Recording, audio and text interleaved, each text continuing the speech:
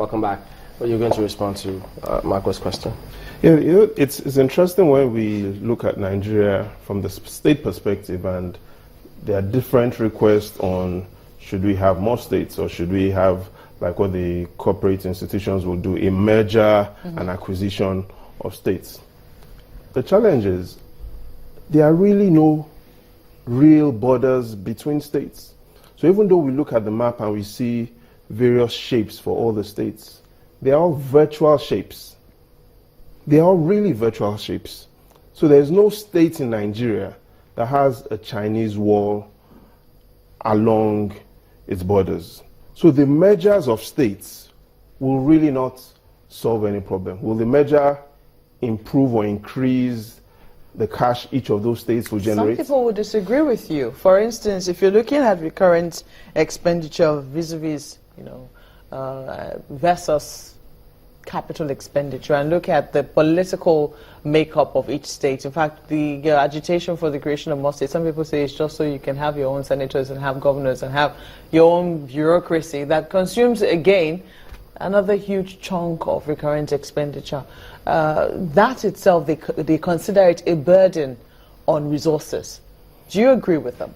I agree with that, but here's the challenge. There's no state government or the federal government that has brought out a report that scientifically shows how much savings we will get from the mergers. It's all been qualitative discussions. Till today, there's a lot of agitation for, yes, perhaps we should merge some states, but there is no proof or no report that clearly shows how much productivity we will gain or how much costs we will save. But if you actually look through these local governments, and if they were that not illiquid, and then it wasn't that lucrative, we keep having people going into those positions, and many of those local government bosses and chairmen, they're not poor. They run, some of them run those motor parks, some of them run several things in the same local government area, and they got money for themselves. So if that were the case, why isn't that translating to the local government themselves? One word describes it all, and that's corruption. That's what describes the transfer or the non-transfer of all that money to the vital parts of the economy. So because of corruption, yes, they have money. Yes, even the local governments get, in most times, as much as 23% of revenue from that federal allocation. Well, because of corruption, that doesn't mean, make no mistakes, it doesn't mean that the funds are even sufficient in the first place to go around. So you have a double whammy. The first is you've got insufficient funds, and then you've then got corruption sitting on top of those insufficient funds. But then, the state governors themselves, I mean, they should know better. But if they come forward and say, listen, we've got a challenge here, we need to actually restructure, does that then mean that they're overlooking this part which you talk about? I think they're overlooking it.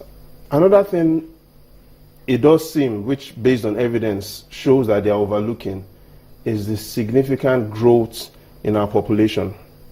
Because what it means is, if as a state government, your internally generated revenue or your allocation from the federal government is dwindling on one hand, and you have a significantly high increase in your state population, it means that your resource available to spend per person, per capita, has significantly reduced. And that impacts negatively on the standard of life, impacts negatively on the quality of life, and thirdly, reduces your ability to generate any meaningful revenue from those families.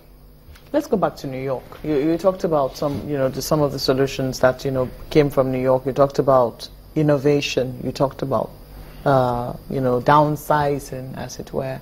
How feasible are those solutions here in Nigeria? Here's the fact, Malcolm. Those solutions are economically feasible, but politically not practical. The state governors have to choose between the economic viability of the citizens that elected them or the political viability of their relationships. Because what New York had done as well was not just lay off staff, hundreds of thousands of staff were laid off. They even also had to shut down some public hospitals. They had to increase the tuition fees at the New York City University. Were those easy decisions for the governor of New York? No, they weren't. But because he had chosen the economic feasibility of a state over its political life, today New York is significantly bigger in terms of gross domestic product. You didn't tell us how that, because you talked about how they had gone to the president the day before and, you know, they were going to be bankrupt the following day. Did they take those decisions overnight, and what did they do in the 24 hours where they were supposed to be declaring bankruptcy? So within 24 hours, here's the most important thing they did. They had a pension, a retirement fund of employees. They had to negotiate a loan based on the retirement fund of their local government workers. In essence, everybody has a pension. In simple terms, what they did was to borrow against those pensions. So the citizens had a stake. The citizens had a stake. I'm looking at Lagos. If you say the treasury or the box is empty in most states, if they had to rely on their own IGR, does that include Lagos State?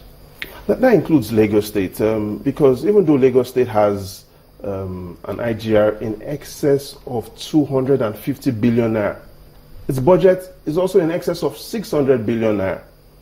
Yes, in terms of IGR performance, Lagos State has done well. So in 2015, compared to its 2011 IGR, Lagos State has grown its IGR by over 30%.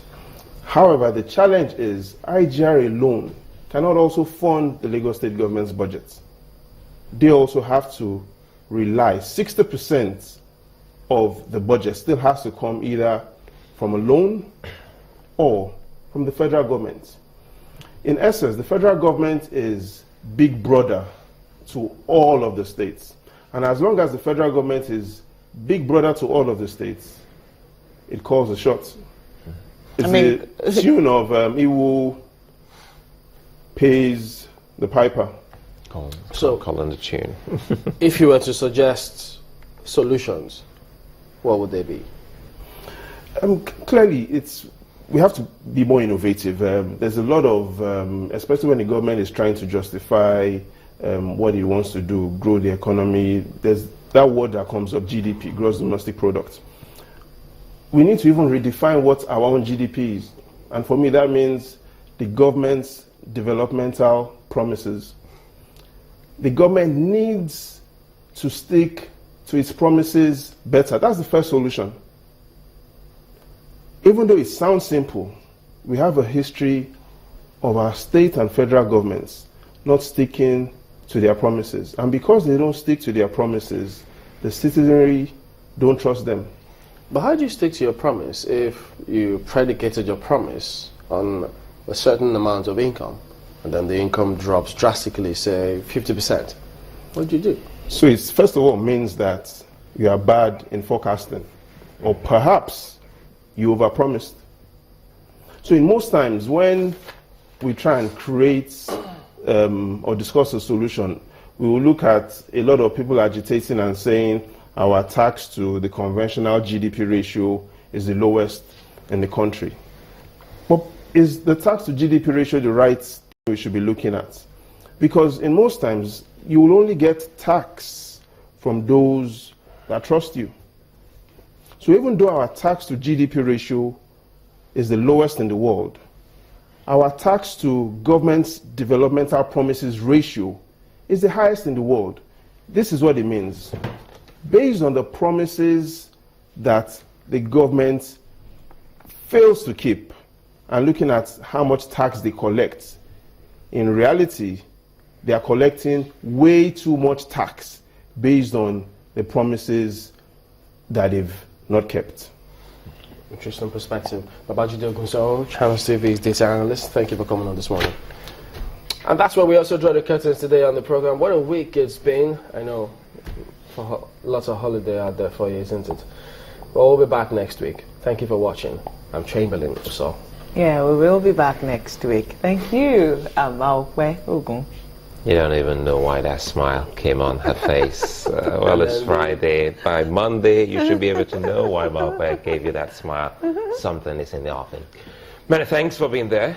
I'm Sulaiman Alede.